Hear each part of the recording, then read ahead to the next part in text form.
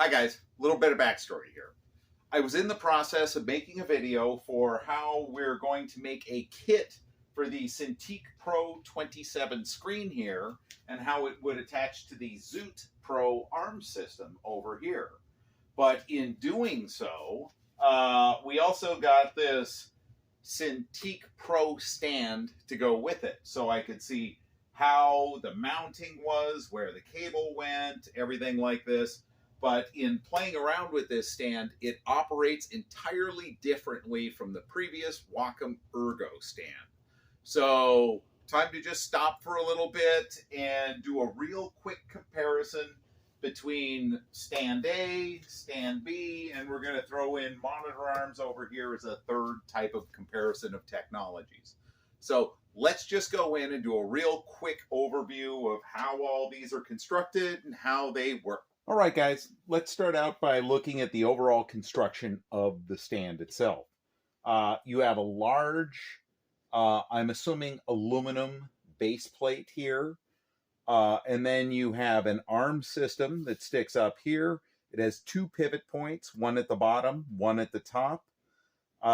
You're getting a lot of metal parts in here. I'm assuming they're cast aluminum by touch here. That's cold. So metal, metal, metal, plastic, metal, plastic. You know, I know that's metal. We installed that there. So you're getting a lot of metal in here, which indicates a good solid construction. It's a very organic shape. The fit and finish is really good. You're definitely getting a good quality arm. Let's compare it with the Zoot arm. Okay, we have the Zoot Pro arm attached to a Cintiq Pro 24. Yeah, I didn't bother to put the back on it, but, you know, first thing, wow, it's a different color. Okay. Other than that, we have a lot of metal in the arm too, but we're using a different type of metal. Primarily, we're using bent sheet steel. So if you look at this, steel, steel, steel, steel. These arms that go to the back are steel, but plastic covered. The clamp is steel. So our preferred metal in the arm is using steel. Although we do have these are cast aluminum to get that nice organic shape. And that's the big advantage of cast aluminum. You can just do really kind of cool shapes. With sheet steel, you're real limited. Think of bending cardboard. You are real limited in the shapes that you can produce, and what we do is we put plastic on the outsides to kind of dress up what otherwise would be kind of boring shapes. And why are we using so much steel? It kind of goes back to how Zoot is constructed. It's clamped all the way back to the desk over here. You have these arms to here. You know, that's a potential point of bending around, so you want to make that strong. Then you have this really long arm down here and a long arm down there.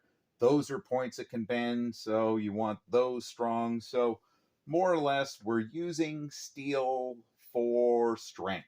That's our main reason for just throwing a lot of steel at making an arm system like this.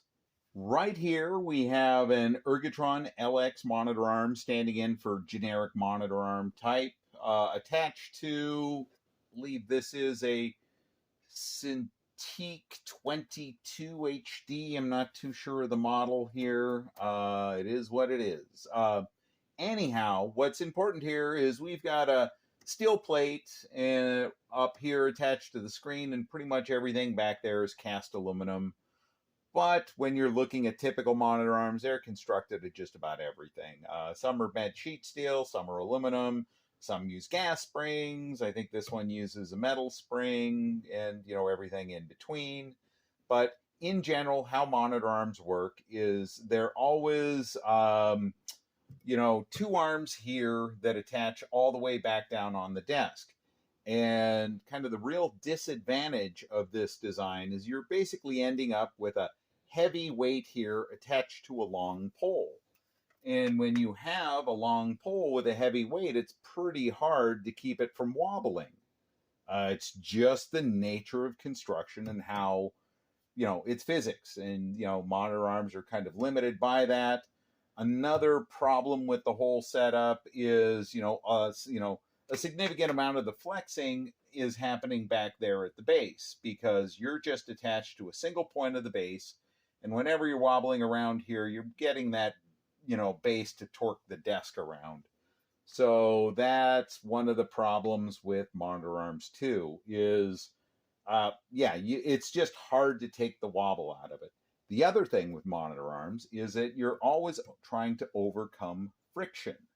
Now, the way friction operates in a monitor arm is all these points here where it can turn, all of these points here have a tuned amount of friction.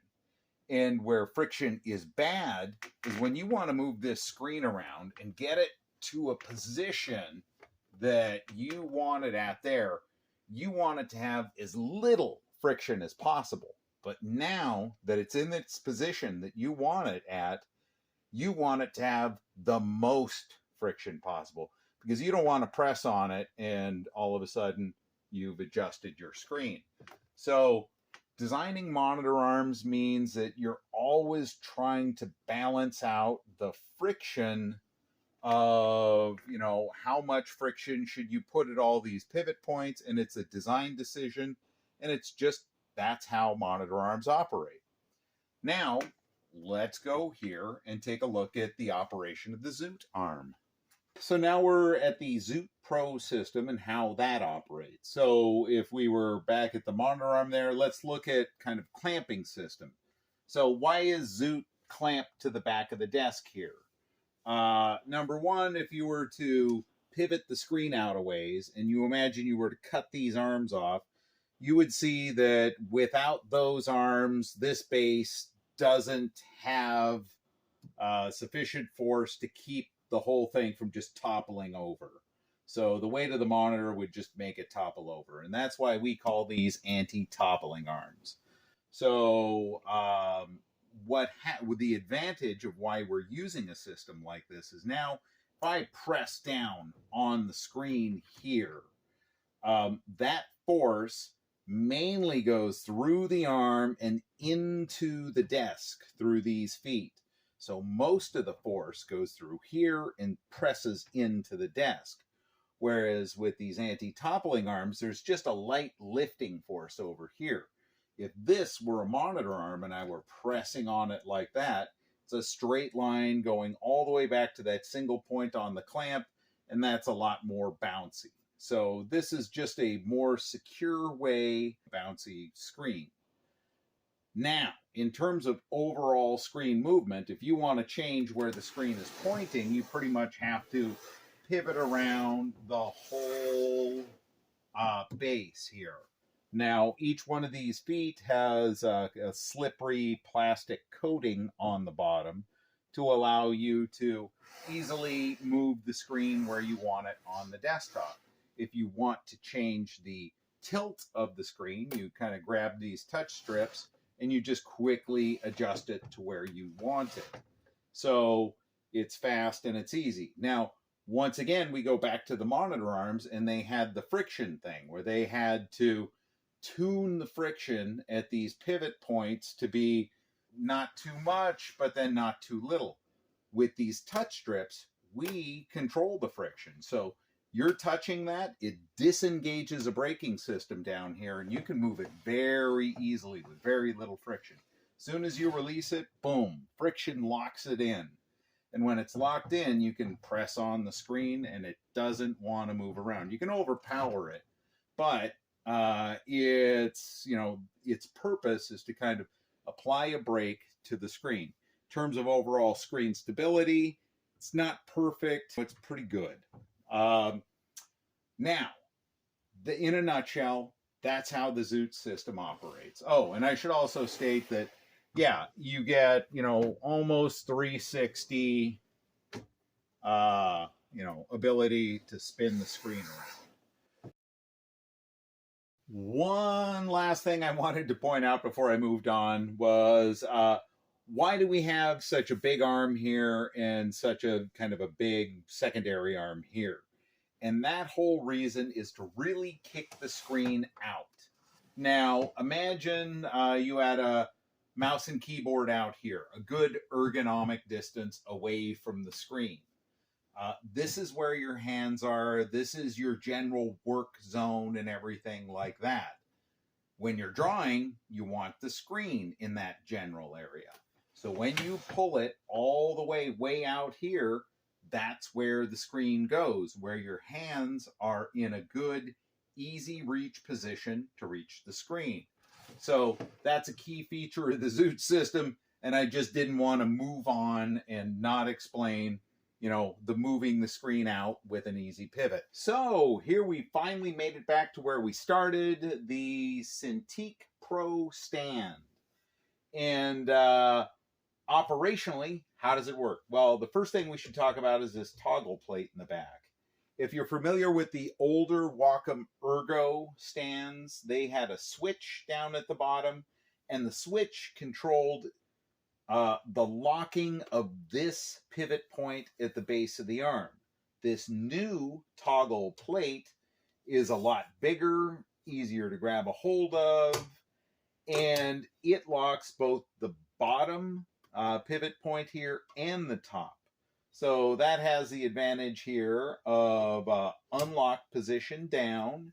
You can then change the tilt of the screen, put it in a locked position, and then now when pressing on the screen, the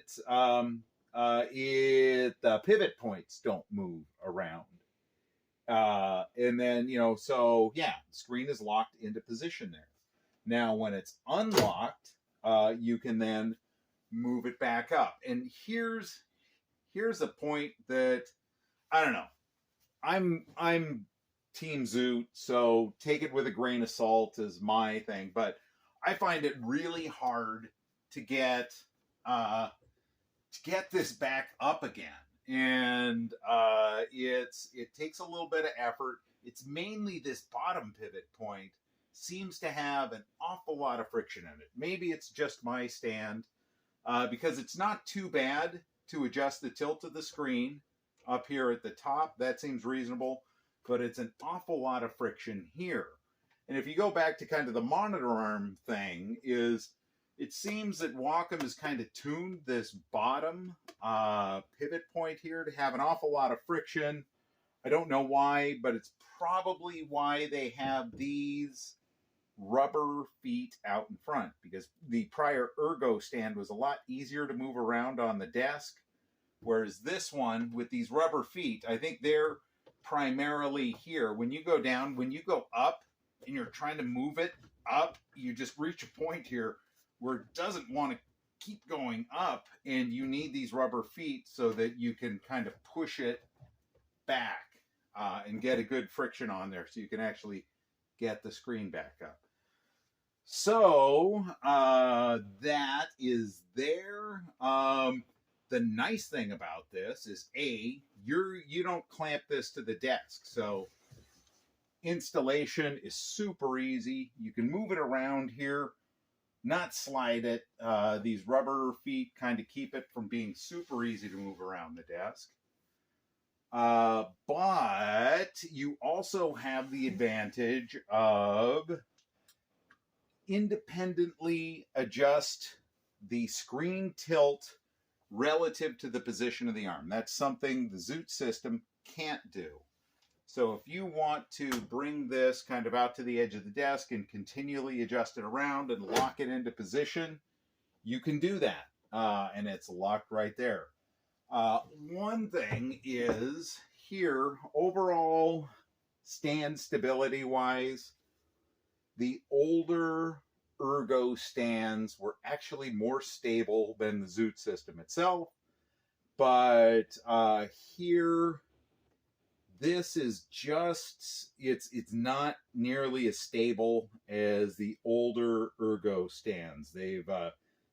It's just the nature of their new design. It seems to be a little more wobbly than the old ones.